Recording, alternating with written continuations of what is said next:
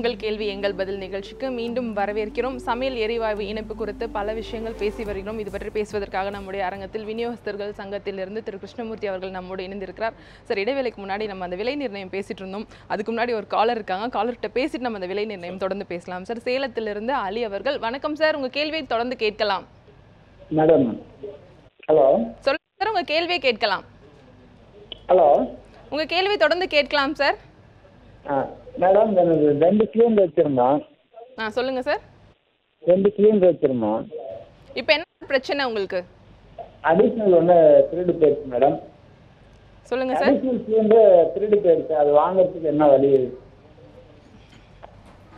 நீங்கள் உங்களுடைய அருகாமையில் போலீஸ் ஸ்டேஷனில் போயிட்டு ஒரு கம்ப்ளைண்ட் ஒன்று கொடுக்கணும். இந்த மாதிரி உங்கள் வீட்டில் இருந்த சிலிண்டரு களவு போயிடுது அப்படின்னு சொல்லிட்டு கொடுத்தீங்கன்னாக்கா அவங்க அதை பதிவு பண்ணிவிட்டு ஒரு ரசீது தருவாங்க, அல்லது எஃப்ஐஆர் கொடுப்பாங்க. எஃப்ஐஆரோ அல்லது சிஎஸ்ஆர்ன்றதை கொடுத்தாங்கனாக்கா அதை கொண்டு வந்து நீங்கள் டிஸ்ட்ரிபியூட்டர்கிட்ட கொடுத்து அதுக்கான பெனால்ட்டி காசு கட்ட வேண்டியது இருக்கும். 2250 ரூபா பக்கத்தில் கட்ட வேண்டியது இருக்கும். அதுக்கு ஏற்பாடுகளை விநியோகஸ்தர் பண்ணித்தருவா ஒரு சிலிண்டர் வழங்குவாங்க. வாங்கிப்பாருன்னு நினைக்கிறேன் சார். விலை நிர்ணயம் பற்றி சொல்லுங்கள் சார். ஒவ்வொரு மாதமும் இது மாற்றத்துக்கு உள்ளானதாக இருக்குல்ல சார், எப்படி சார் இது விலை வந்து நிர்ணயிக்கிறாங்க? உலக சந்தையில் இந்த கச்சா பொருள் எண்ணெயினுடைய விலை வந்து ஒவ்வொரு மாதமும் ஒவ்வொரு விதமாக வந்துட்டே இருக்குது. உங்களுக்கே தெரியும், இந்த பெட்ரோல் டீசல் விலைகள் வந்து மாறி மாறி வந்துட்டுருக்கு. அது 15 நாளைக்கு ஒரு தடவை மாற்றின்னு இருக்காங்க. ஆனால் எல்பிஜியை பொறுத்தவரையிலும் இது மக்களுடைய நேரடி தேவையாக இருக்கிறதுனால இதை ஒவ்வொரு மாதமும் 1ஆம் தேதி ஆண்டு மாற்றப்படுகிறது. இது உலக சந்தையினுடைய இதை பொறுத்து தான் மாற்றம் ஏற்படும். சார், அடுத்தது இன்னொரு கேள்வி என்னென்னா, இது ரொம்ப ஆபத்தான ஒரு விஷயம் தான் வீட்டில் இருக்காது. அந்த மாதிரி ஒரு விபத்து காலங்கள் அந்த மாதிரியாக ஆகும்போது அந்த பாதுகாப்புங்கிறது எந்த அளவுக்கு சார் என்ஷூர் பண்ணுறாங்க இந்த டிஸ்ட்ரிபியூட்டர்ஸ்? எந்த மாதிரியான இழப்பீடெல்லாம் கொடுக்குறாங்க? இது பாதுகாப்புன்னு சொன்னீங்கன்னாக்கா நாம் எந்த அளவுக்கு பாதுகாப்பாக அதை பயன்படுத்திக்கிறோமோ அதை பொறுத்து இருக்குது. சிலிண்டர்கள் முன்னமே சொன்ன மாதிரி அதை செக் பண்ணி வாங்கினாக்கா இந்த லீக்கேஜ் ப்ராப்ளம் வராது. அப்படி ஒரு கால் லீக்கேஜ் இடையில ஏற்பட்டதுன்னு சொன்னாக்கா நீங்கள் உங்களுடைய விநியோகஸ்தரை காண்டாக்ட் பண்ணுறதுக்கோ அல்லதுக்கு அந்த எமர்ஜென்சி நேரங்களை பயன்படுத்துறதுக்கோ அதுக்கு தொலைபேசி எண்கள்லாம் இருக்குது. ஒவ்வொரு ஆயில் கம்பெனி ஒவ்வொரு நம்பர் கொடுத்துருக்கு, அதில் பயன்படுத்தலாம்.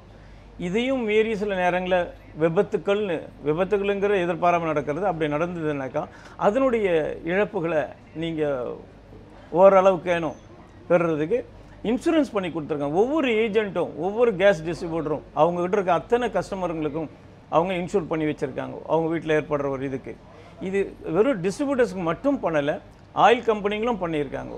ஸோ அதனால் இதில் விபத்துக்கள் வந்தால் அதை வந்து சரி கட்டுறதுக்கான ஒரு வழிமுறைகள் செய்து வச்சிருக்க அரசாங்கம் பண்ணி கொடுத்துருக்கு. இப்போ விபத்து அப்படின்னு சொல்லும்போது நம்ம வந்து டிஸ்ட்ரிபியூட்டர்ஸ் வந்து என்னெல்லாம் இன்ஷூர் பண்ணுறாங்க நம்ம பேசுகிறோம். இப்போ வந்து பயனாளிகள் வந்து என்னெல்லாம் செய்யணும்? இப்போ ரெகுலேட்டர்லாம் பார்த்தீங்கன்னா சாதாரண ஒரு சாமான் வாங்குற கடை அந்த மாதிரி போய் வாங்கிட்டு வந்து யூஸ் பண்ணுறாங்க. அந்த டியூப் கூட நம்ம ஏதோ ஒரு கடையில் வந்து வாங்கிட்டு வந்து யூஸ் பண்ணுறாங்க. அது எப்படி வாங்கணும்? யார்கிட்ட வாங்குறது சரியான அணுகுமுறை?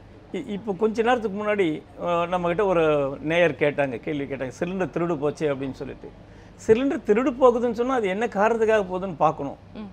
இது வந்து அரசாங்கத்தினுடைய சொத்து. சிலிண்டரும் ரெகுலேட்டரும் இது ரெண்டுமே அரசாங்கத்தினுடைய சொத்து.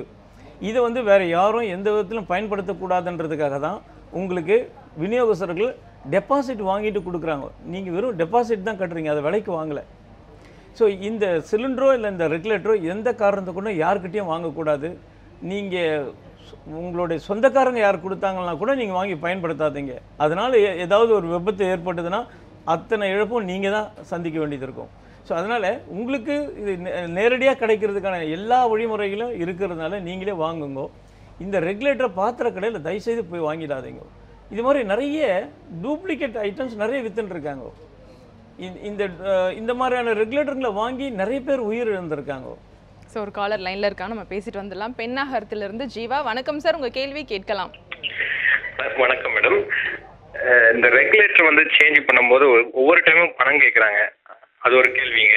இன்னொரு கேள்வி வந்து இந்த டெபாசிட் பணங்க கேட்குறாங்கல்ல, அரசு நிலையத்தோட அதிகமாக கேட்குறாங்க. இது உண்மையான எவ்வளோ? 6000 2 சிலிண்டர்னா 9000 கேட்குறாங்க. இது கரெக்டான விலை என்ன? அதுதான் தெரிஞ்சுக்கணும். இந்த டெபாசிட்டுங்கிறது வந்து அரசாங்கத்தால் நியமிக்கப்பட்டது. ஒவ்வொரு எண்ணெய் கம்பெனிக்கும் ஒரே மாதிரியாக தான் இருக்கும், இதில் மாற்றங்களே கிடையாது. ஒரு சிலிண்டருக்கு 1450 ரூபா அப்படிங்கிறது ஒரு சிலிண்டரோட டெபாசிட். 150 ரூபாங்கிறது ரெகுலேட்டரோட இது. 2 சிலிண்டர் வாங்கினீங்கனாக்கா இனி ஒரு 1450 ரூபா தரணும். ஸோ இந்த அளவுக்கு நீங்கள் பார்த்தீங்கன்னா வெறும் அந்த 2900 ப்ளஸ் ஒரு 3050 ரூபா தான் டெபாசிட்டு. மற்ற உங்களுக்கு இதுக்கு தேவையான உபகரணங்கள் இதோட கூட சேர்ந்து கொடுக்குற பொருட்கள் அதெல்லாம் நீங்கள் வாங்குகிற விலையை பொறுத்து அதுக்கான காசை சேர்த்து கேட்டிருப்பாங்க.